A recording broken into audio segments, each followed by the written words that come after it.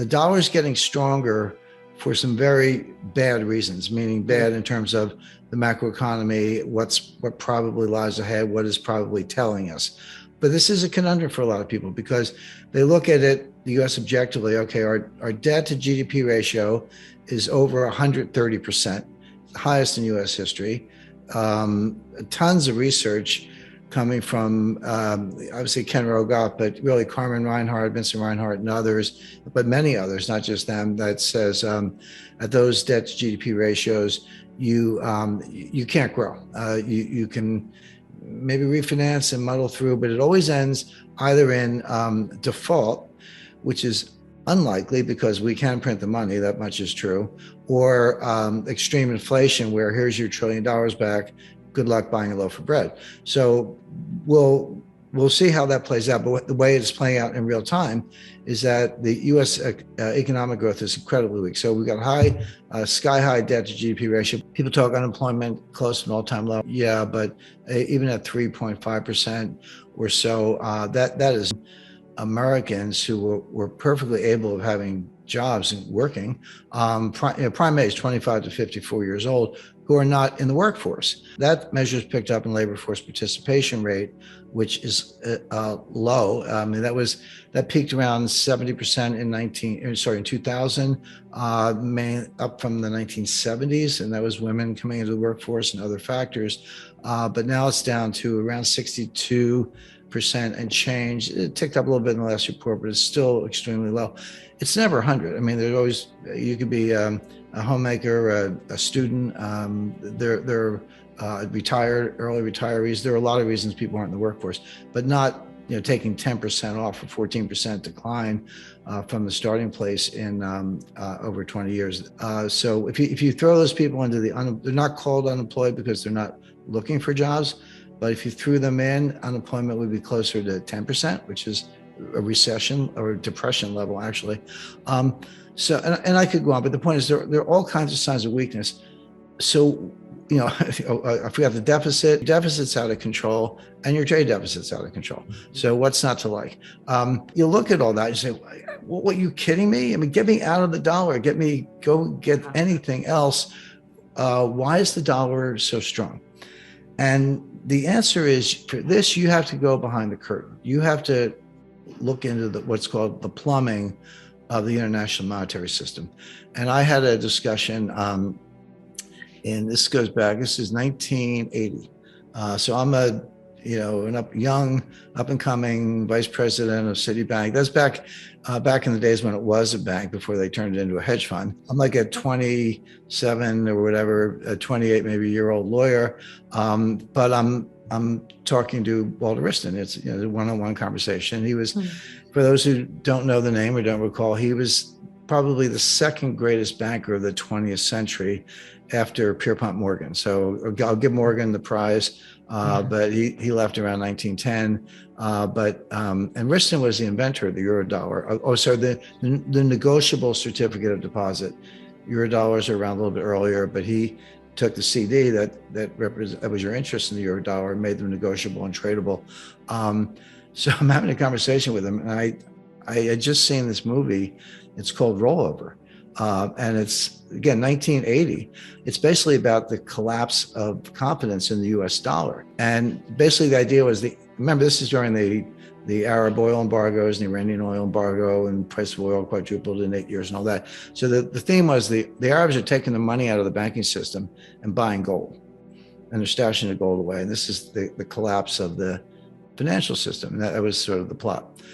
So I said, hey, Mr. Wriston, what about that? Everyone took their money out of the system and bought gold. Wouldn't that collapse the system? And he looked at me like I was a new kid on the block, which I was. And he said, well, what you have to understand is that you can take your money out of the bank and you can buy gold. But the person who sold you the gold got the money and they put it back in the bank. So it doesn't go anywhere. It's a closed circuit. And of course, now I'm like, oh yeah, you're right. Of course, he's right. And he said, so the stability of the system doesn't depend on who sells what for dollars. Yeah, it affects exchange rates a little bit and interest rates with the price of gold. But he said the money always, it can't literally disappear. It has to go back into the system. It's a closed circuit. And of course, that's how the Eurodollar system works. But it presupposes that you can always borrow in the Eurodollar market. In other words, that closed circuit analogy is correct, provided the big banks are willing to lend to each other. So if my example, if UBS was selling the gold and to the Arabs and they got the money and they put it back in Citibank Nassau, it's all good. But what happens if that money supply, now I'm talking about Eurodollars, actually shrank? And that is a heart attack in the global financial system.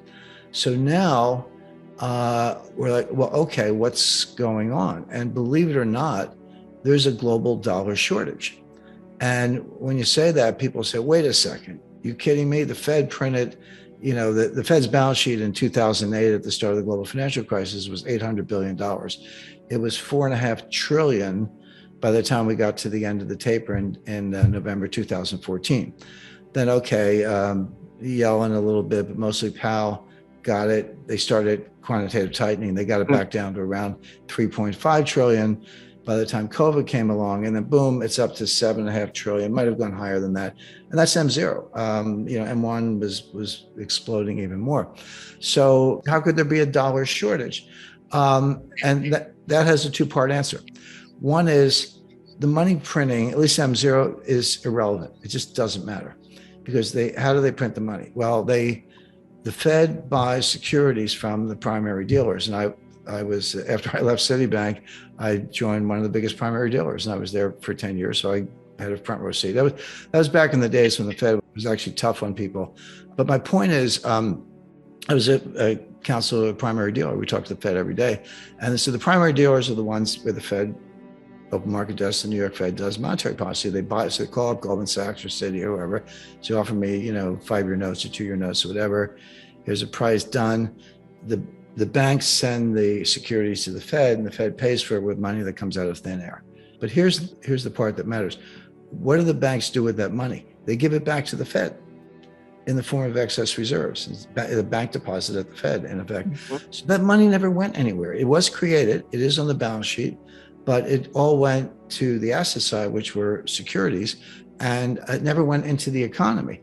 So where does the money come from that runs the economy? If you or I want to go shop, well, it comes from the commercial banks. It comes from M1. Yeah, there is a multiplier, but that's in M1 and M2, which is created by the banks at will. And the Fed, those commercial banks have as much printing power as the Fed.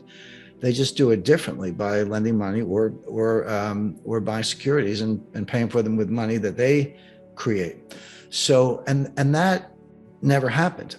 It happened to some extent, but not nearly to the extent that what the Fed was doing with M0. So M0 didn't really matter. I mean, I hate to break it to people. Commercial banks do matter. Eurodollars do matter.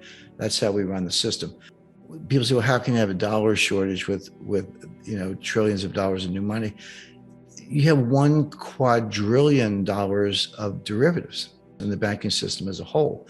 So that slice, whether it's the 7 trillion of M0 or a larger number, perhaps 24 trillion of M1, that has to support $1 quadrillion of derivatives. And by the way, for those who don't know, a quadrillion is 1,000 trillion. That's what a quadrillion is. So now, it's not dollar for dollar. Jamie Dimon would say, well, who cares? Just put up a little collateral. But you have to put up some collateral. And then you get into the collateral issues. Like, well, what's good collateral? The answer is, and this is what the banks are saying to each other. And this goes back to my conversation with Walter Wriston and the movie Rollover and all that. The banks are, and in fact, what happened in 2008, the banks are looking at each other saying, I don't want your corporates. I don't want your mortgages. I don't even want your 10-year notes. Give me at a stretch, I'll take a 2-year note with a haircut, or what I really want are 30, 60, 90-day bills. I want treasury bills. And so you got to go out and get the treasury bills, and they're dollar denominated, which means you need dollars. So if you're Credit Suisse or Barclays or Hong Kong, Shanghai or Deutsche Bank, you don't live in a country that prints dollars. The US does, but the European Central Bank doesn't.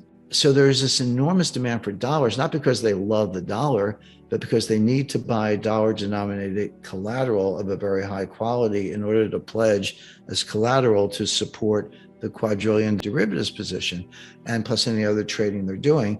And so that's the clue. That's the secret that unlocks, or the key that unlocks the whole mystery, which is, it doesn't matter what the debt, for now anyway, it doesn't matter what the debt to GDP ratio is, the deficit is, the labor force participation rate, the weaker, none of that matters.